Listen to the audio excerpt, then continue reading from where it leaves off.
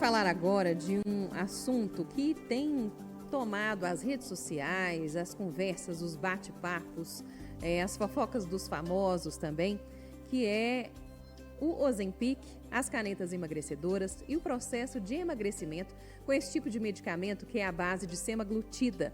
Continua cercado aí de dúvidas. Um novo estudo publicado na revista Diabetes, Obesity and Metabolism, Diabetes, Obesidade e Metabolismo, mostra que, ao interromper o uso da medicação, a maioria das pessoas volta a ganhar peso e, com ele, reaparecem também outros problemas associados à obesidade, como alterações no colesterol, na glicemia e também na pressão arterial.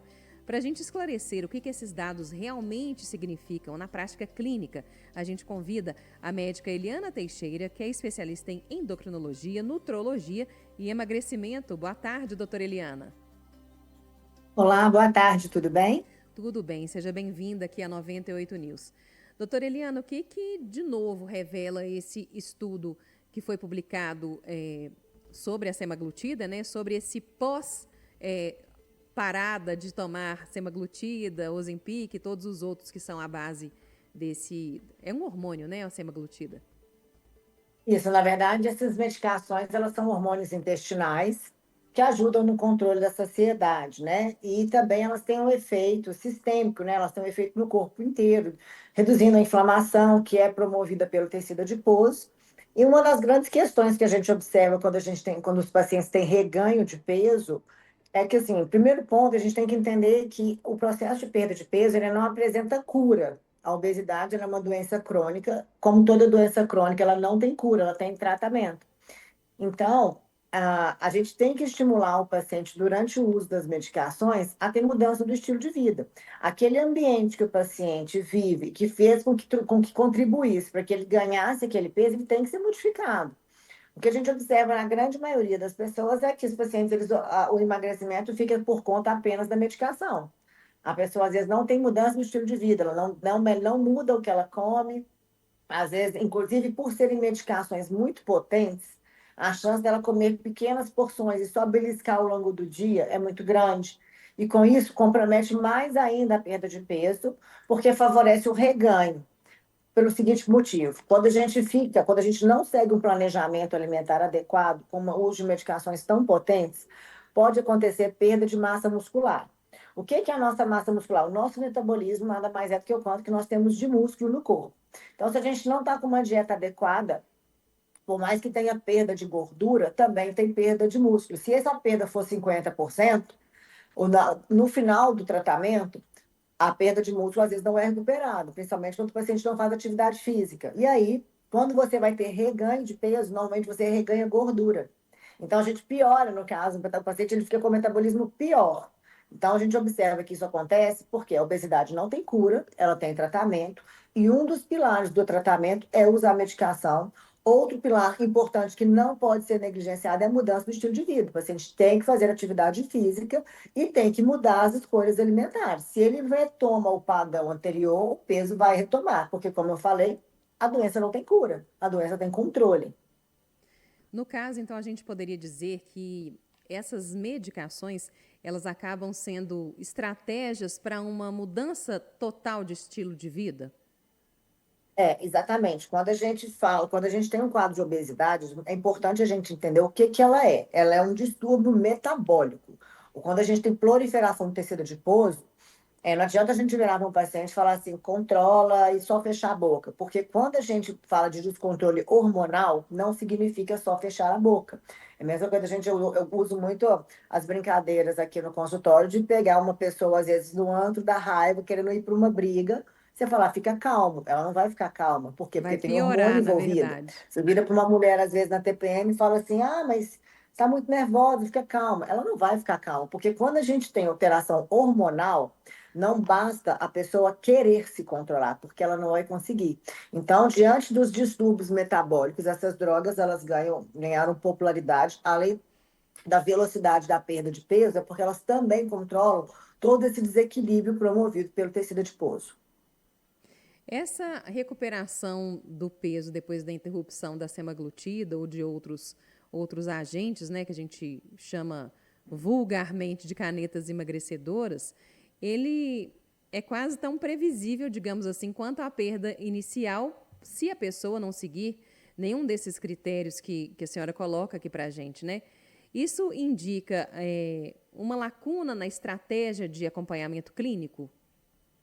A gente tem que entender, eu vou fazer de novo uma outra analogia para facilitar o entendimento. Quando a gente vai prescrever uma medicação, um tratamento para a obesidade, uma das grandes perguntas que os pacientes fazem é quando que eu vou parar o remédio?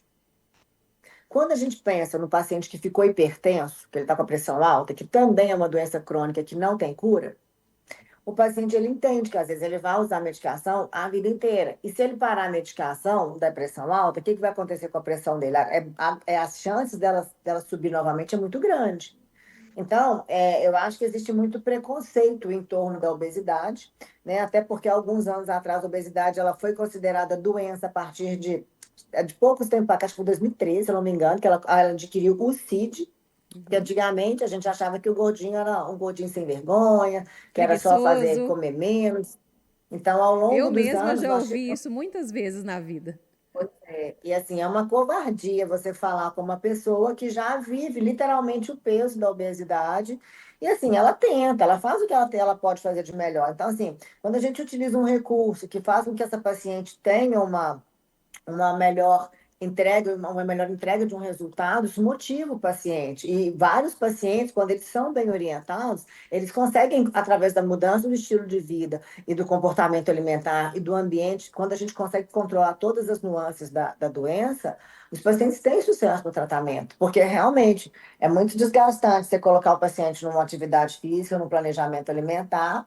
Aí ele perde aí 2 quilos no mês e no final de semana que ele sai da dieta, ele recupera esses 2 quilos. E isso que eu estou falando, um cenário sem remédio. E Uhum. olha para você ver, não teve o reganho de peso? Por que teve reganho de peso? Porque o problema da proliferação do tecido adiposo não é o medicamento.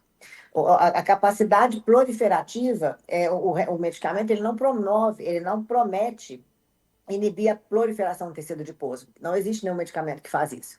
Por isso que a gente tem que ter controle da obesidade. A gente tem que orientar o paciente ao que ele tem que fazer, explicar todas as nuances, o ambiente que ele está, com quem que ele está andando, com quem que ele está almoçando, as pessoas, o que ele escuta, porque isso tudo implica, né, para o paciente ter sucesso no tratamento da obesidade. Eu falo que não é tratar só o paciente, a gente tem que tratar um paciente que veio buscar ajuda no consultório, mas a gente também tem que tratar todo aquele entorno, no sentido de, se não conseguir tratar, mas pelo menos ajudar aquele paciente a se blindar, inclusive dos comentários que ele vai ouvir ao longo da jornada. Doutora Eliana, para certos tipos de perfis de pacientes, a gente poderia dizer, então, que a semaglutida ela poderia entrar como uma terapia de manutenção? Então, assim, você faz um primeiro ataque, e tem um emagrecimento, e depois vai acompanhando esse paciente e, vamos supor, daqui uns 6 meses, vamos tomar de novo, ou não tem isso? Não, então, quando aqui no meu consultório, como que eu conduzo? Porque, assim, cada profissional acredito que vai conduzir de uma forma. Uhum. Então, eu acredito que, inclusive, às vezes, esses erros, essas faltas de orientação, é justamente, né, o que o profissional orientou para o paciente, ou antigamente, essas medicações elas eram compradas sem receita Sim. médica. Até Então, pouco era tempo muito atrás, né? fácil. Até um Até mês pouco tempo atrás. atrás. Então, assim, mês passado, até acho que no Isso, início do mês mês passado, ela ainda estava passado, sendo comprada sem exatamente. receita. Então, assim, isso dificultava muito o processo, porque você vinha aqui e aí você procurava ajuda. Eu tenho experiência em tratamento, tem 18 anos que eu trato obesidade. Então, o jeito que eu vou te conduzir, eu vou te conduzir. Eu não vou conduzir sua irmã, mesmo sendo mesma genética, porque são pessoas que têm profissões diferentes, estilos de vida diferentes. Uma vai ser mais ativa, outra menos. Uma vai ter mais estressada, outra menos. Então, assim, o tratamento da obesidade ele tem que ser para a pessoa. E aí, quando a gente monta estratégia, vamos baixar lá, primeiros 10 quilos, quanto tem que eu perder? Já deu para perder 10% do peso corporal total? O quão fácil foi essa perda de peso? Quão desafiadora foi essa perda de peso? O quão durante as consultas a gente consegue perceber pelas falas dos pacientes que ele está satisfeito e que ele está gostando de viver aquilo que ele está vivendo?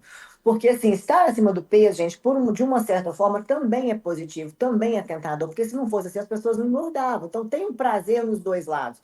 O que a gente precisa estimular é que o paciente comece a sentir prazer nas boas escolhas, no estilo de vida mais saudável, Que ele comece que ele entenda que essa colheita esse plantio que ele começa a fazer, a colheita vai ser muito futura, né? Tirando que a obesidade não é uma doença, mas as doenças associadas decorrentes de um excesso de peso, elas podem demorar às vezes até 15 anos para aparecer.